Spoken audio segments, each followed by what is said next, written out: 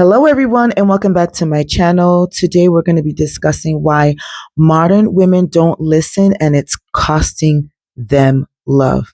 Let me start by saying this, that, there are some women who pray for marriage, but they reject the wise counsel, every piece of wisdom that could prepare them for marriage.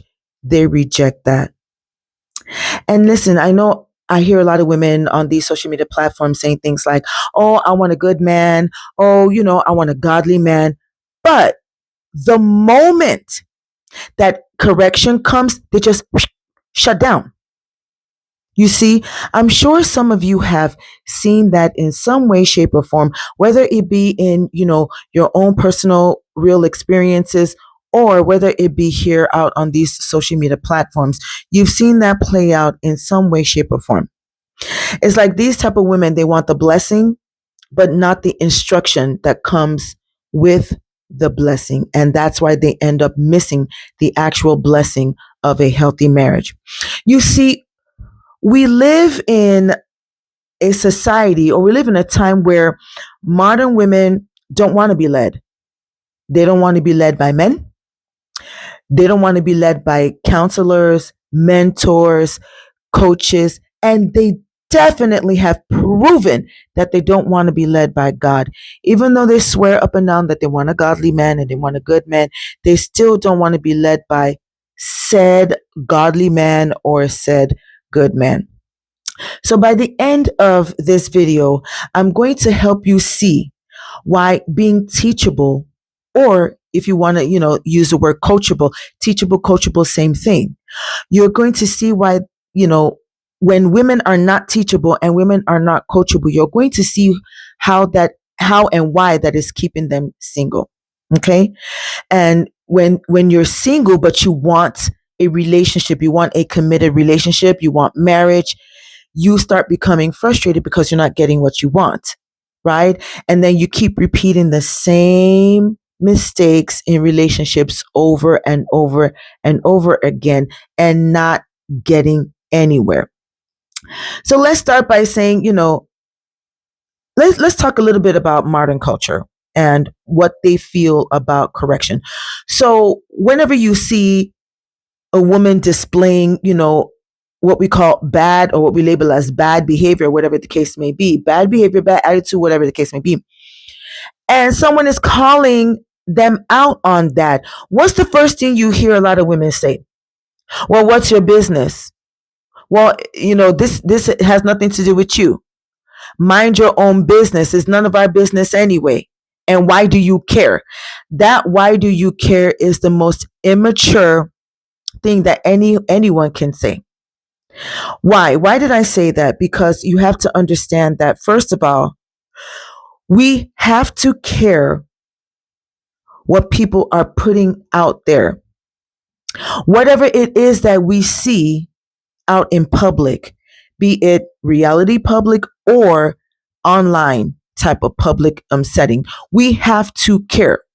We can only speak towards what we see. We cannot speak towards what you do behind closed doors or what you do in the privacy of your little corner somewhere. Why? Why do we talk about what other people are doing that's negative? Simply because those people putting out those type of behaviors or attitudes, they don't live on planet Earth by themselves. We all live on planet Earth together.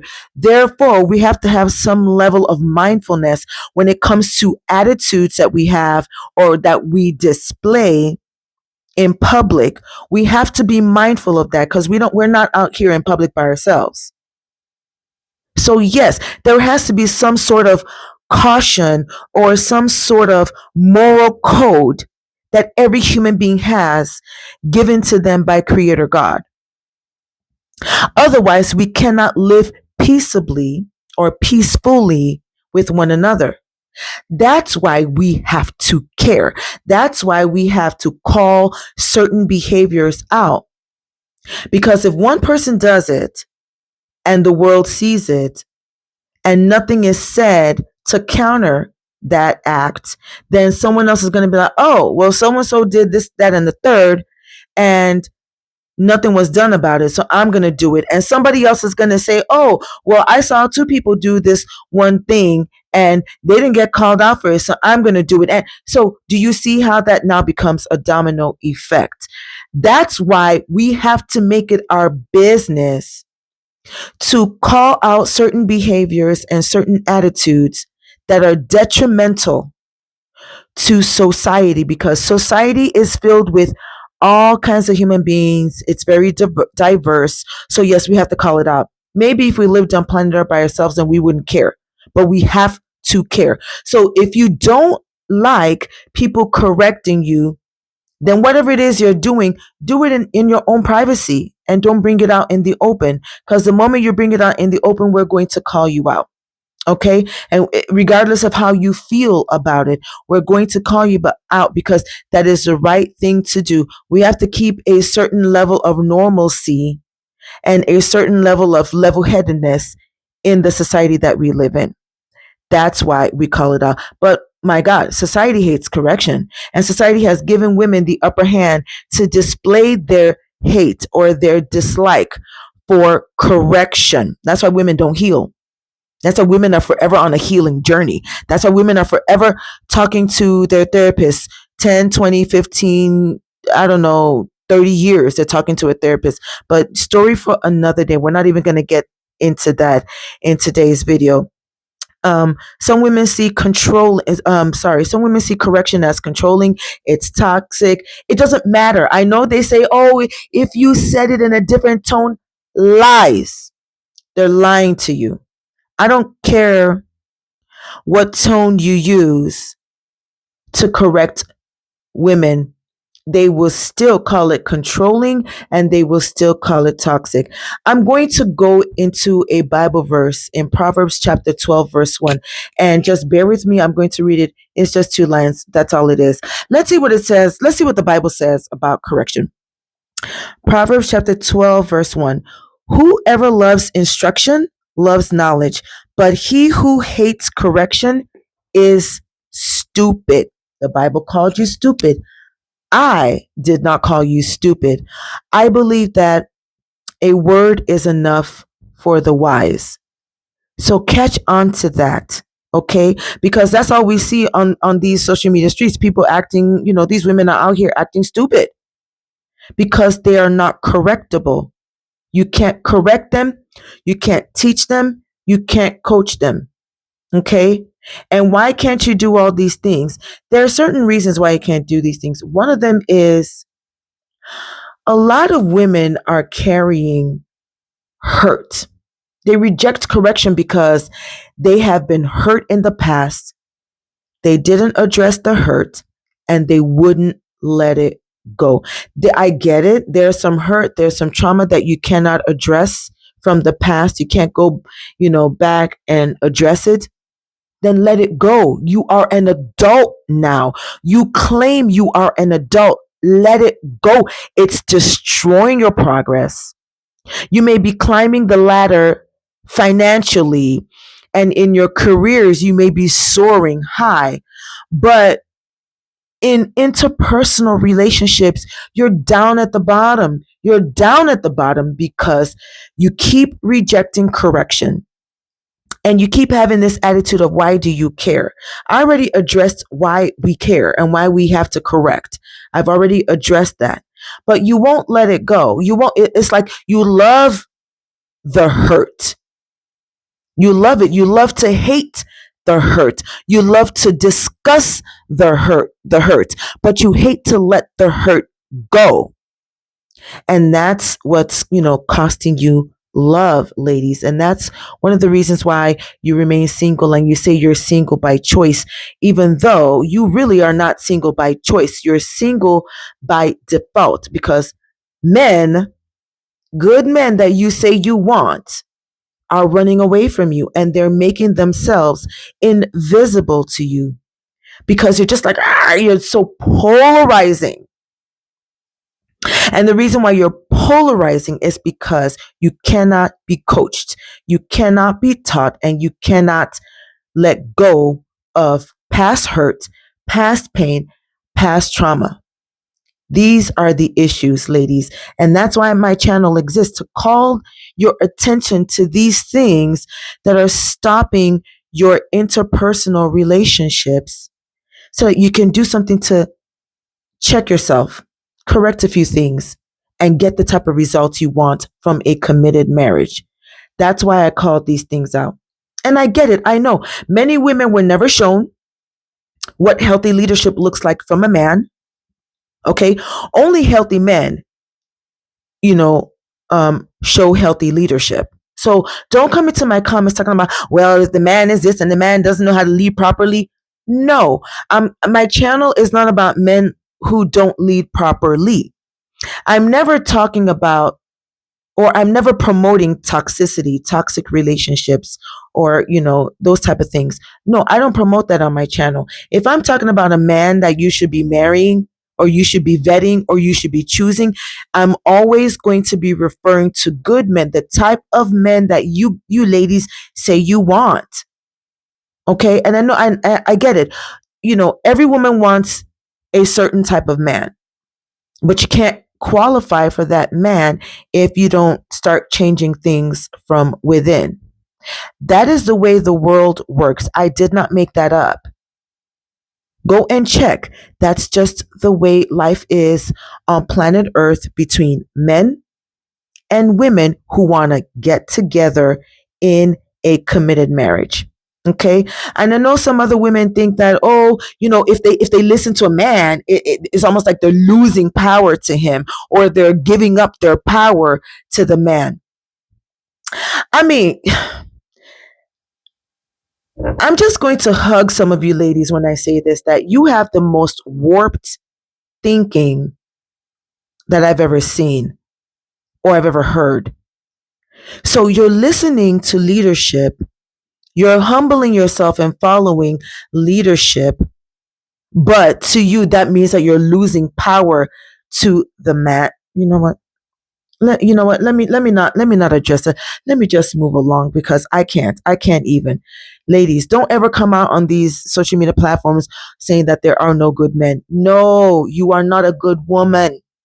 Please and please, you are not a good woman.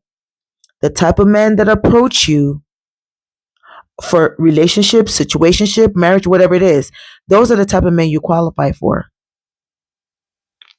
Yes, if you don't like those type of men, then unqualify yourself for them and start qualifying yourself for the type of man that you want. You may not like what I'm saying. You may not like the way I'm saying it, but ladies, you have to understand that I'm what they call an older woman out here in these social media platforms. I'm 47 years old. So that means that I do not care. I gave you my age for you to understand where I'm coming from and why my teaching style is the way it is. I do not care. Or maybe let me just put it this way. I take that back. I care, but it doesn't matter to me how you feel about what I'm saying. It does not matter to me. If you do not agree with what I'm saying, it doesn't matter to me, because I've seen it as, it's not my problem. It's your problem. You see what I'm saying? That's what I mean. I meant to say that it doesn't matter. Not that I don't care, because I do care. If I didn't care, I would not have this YouTube channel, spending time preparing myself to come out here and do a little bit of teaching, a little bit of free coaching, and things like that.